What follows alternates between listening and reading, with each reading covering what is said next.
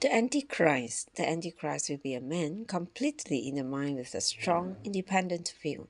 Thus, he will be totally possessed by Satan and will even become the incarnation of Satan.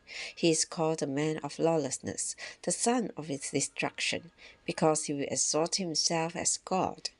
He will be the giant on the line of knowledge in the Bible, knowing and caring for nothing on the line of life. His destiny will be to suffer eternal death with Satan, the source of death. In general, as a conclusion, I want to refer to 2 Corinthians chapter 3 verse 6, which says, "The letter kills, but the spirit gives life." The latter here refers to the Old Testament, and the same Greek word is rendered writings in 2 Timothy chapter 3 verse 15, where Paul mentions that Timothy knew the sacred writings since childhood. But the Bible in dead letters, which belongs to the tree of knowledge, kills, while the Spirit, who belongs to the tree of life, gives life. Therefore, we do not have a choice. Praise the Lord for this choice, the choice of life. Besides the line of knowledge, there is the line of life. We must make a choice between life and knowledge. We must choose between death and life.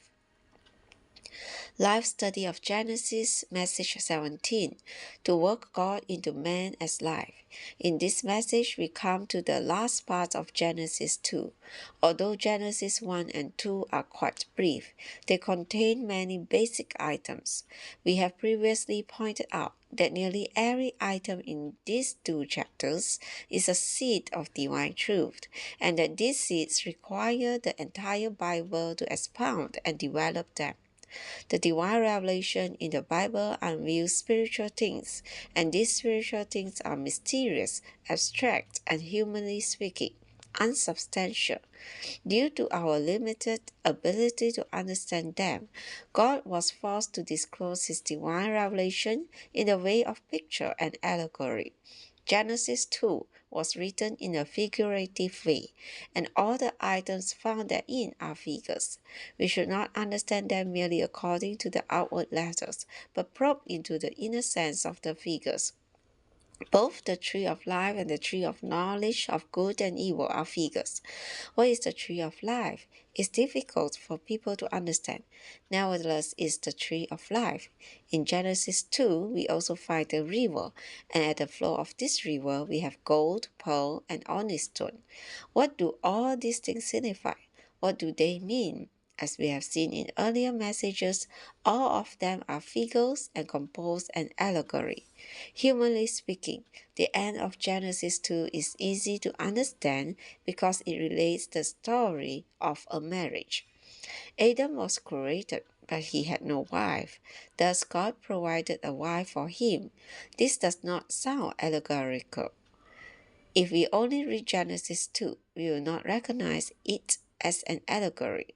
However, if we read through the whole Bible, we will realize that the marriage found in Genesis 2 is indeed an allegory. Why do we say this? Because later in the Old Testament, God told His people, "For thy maker is thine husband."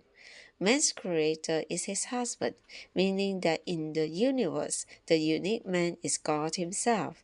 The man created by God actually is not a man, but a woman. I have a question to address to all the men reading this message. Are you male or female? I am a female. I'm a female because I'm part of the wife. Firstly, God was my creator. Secondly, He became my redeemer. Now He is my husband.